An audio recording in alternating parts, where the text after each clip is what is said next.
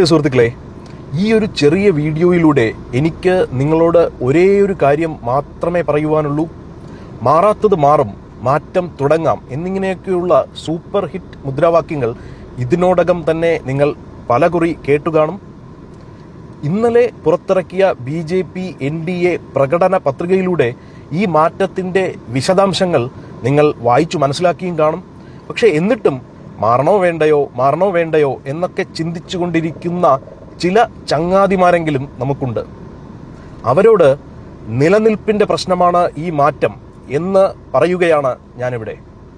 ഏതായാലും മാറ്റത്തിനെക്കുറിച്ചൊക്കെ പറഞ്ഞു തുടങ്ങുന്നതിന് മുമ്പ് നമ്മൾ മലയാളികൾ എത്രത്തോളം ഭാഗ്യവാന്മാരും ഭാഗ്യവതികളുമാണ് എന്ന് പറഞ്ഞു തുടങ്ങാം. കാരണം നമ്മുടെ അപ്പനപ്പൂപ്പന്മാർ വളരെ നോക്കിയും കണ്ടും ഒക്കെയാണ് കാര്യങ്ങൾ ചെയ്തുകൊണ്ടിരുന്നത്. അതുകൊണ്ട് തന്നെ കേരള പിറവിക്ക് ശേഷമുള്ള 10-30 വർഷങ്ങൾ കൊണ്ട് ആരോഗ്യവും വിദ്യാഭ്യാസവും പോലുള്ള വികസന സൂചികകളിലെല്ലാം കേരളത്തെ ഇന്ത്യയിലേക്ക് തന്നെ നമ്പർ 1 സംസ്ഥാനമാക്കി ഉയർത്തിക്കൊണ്ടുവരുവാൻ അവർക്ക് സാധിച്ചു.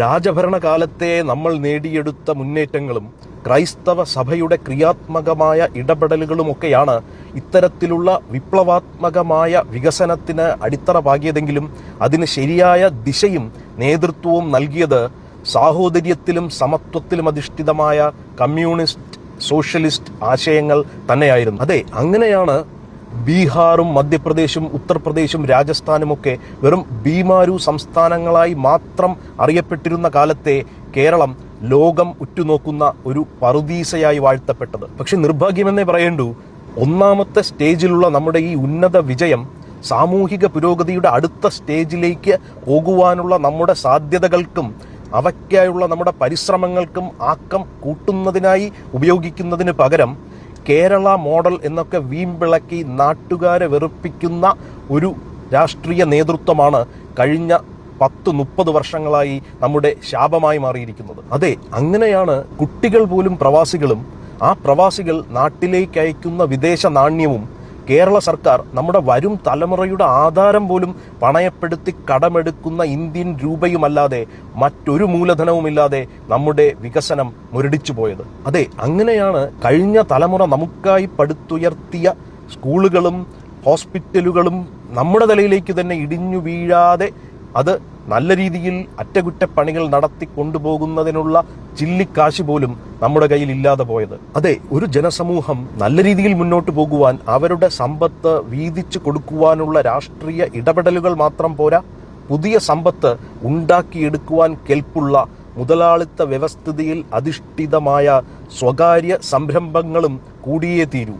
അതാണ് സോവിയറ്റ് യൂണിയനെയും കിഴക്കൻ ജർമ്മനിയെയും പോലുള്ള വമ്പൻ സോഷ്യലിസ്റ്റ് കമ്മ്യൂണിസ്റ്റ് രാഷ്ട്രങ്ങൾ രാക്കുരാമാനം തകർന്നടിഞ്ഞപ്പോൾ ലോകം പഠിച്ച പാഠം. ഈ പാഠത്തെ ഉൾക്കൊള്ളുവാനായി സ്റ്റേറ്റിന്റെ പിൻബലത്തോടുകൂടിയ ക്യാപിറ്റലിസം നടപ്പിൽ വരുത്തുകയാണ് കമ്മ്യൂണിസ്റ്റ് ചൈന ചെയ്ത മാറ്റമെങ്കിൽ ഇന്ത്യ LPG എന്നറിയപ്പെടുന്ന ലിബറലൈസേഷൻ, പ്രൈവറ്റൈസേഷൻ, ഗ്ലോബലൈസേഷൻ അഥവാ ഉദാരവൽക്കരണം, സ്വകാര്യവൽക്കരണം, ആഗോളവൽക്കരണം എന്നീ നിയോ ലിബറൽ ആശയങ്ങൾ നടപ്പിലാക്കുന്നതിലൂടെ നമ്മുടെ സാമൂഹിക, സാമ്പത്തിക, രാഷ്ട്രീയ നയങ്ങളിലും കാഴ്ചപ്പാടിലും സമൂലമായ മാറ്റങ്ങൾ തന്നെ വരുത്തി.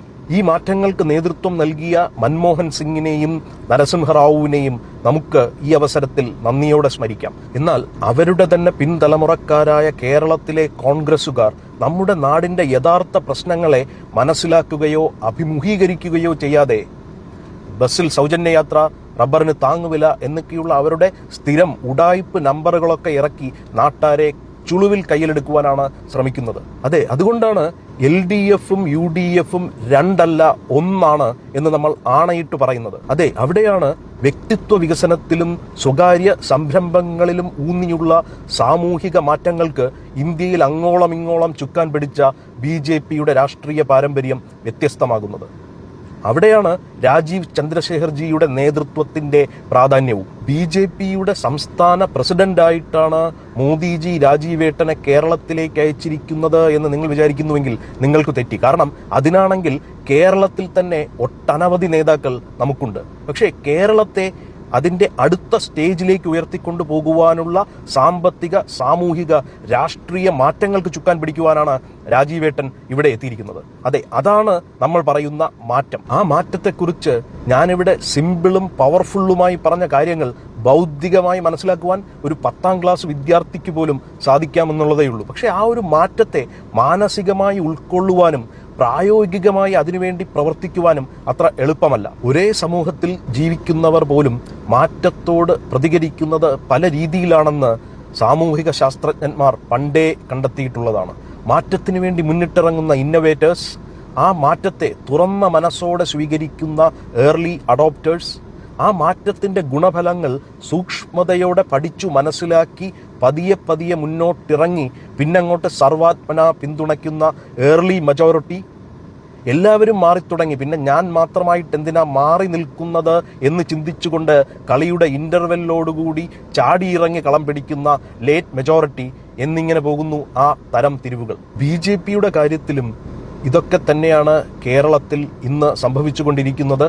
നമ്മൾ കേരളത്തിലേക്ക് കൊണ്ടുവരാൻ പോകുന്ന മാറ്റത്തിൻ്റെ ഏർലി അഡോപ്റ്റേഴ്സ് ആണ് നമുക്ക് തൃശ്ശൂരിൽ ഒരു MP-യും ഒരുപാട് മുനിസിപ്പാലിറ്റികളിൽ ഭരണവും തിരുവനന്തപുരത്ത് ഒരു മേയറേയും ഒക്കെ നൽകി നമ്മളെ അനുഗ്രഹിച്ചത്. ഇതൊക്കെ കണ്ട് കാര്യങ്ങൾ മനസ്സിലാക്കി തുടങ്ങിയ ഏർലി മെജോറിറ്റി ഈ വരുന്ന നിയമസഭാ തിരഞ്ഞെടുപ്പിൽ കേരള ജനത ആഗ്രഹിക്കുന്ന മാറ്റത്തിനായി BJP NDA മുന്നണിക്കായി വോട്ട് ചെയ്യുവാൻ മാനസികമായി തയ്യാറെടുത്തു കഴിഞ്ഞു. പിന്നെയുള്ളത് ചങ്കെടുത്തു കാണിച്ചാലും ചെമ്പരത്തി പൂവാണെന്ന് പറയുന്ന ഒരു പറ്റം ചങ്ങാതിമാരാണ്.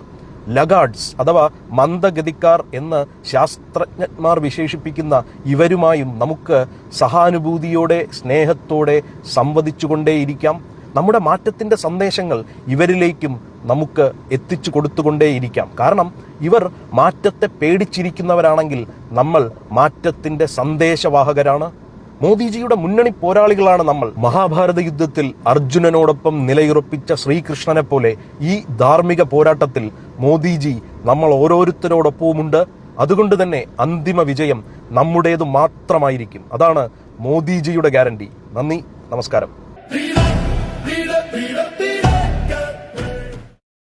നമസ്കാരം. ഞാൻ അഡ്വക്കേറ്റ് VK സജീവൻ, കുന്നമംഗലം നിയോജക മണ്ഡലത്തിൽ നിന്ന് NDA സ്ഥാനാർത്ഥിയായി മത്സരിക്കുകയാണ്.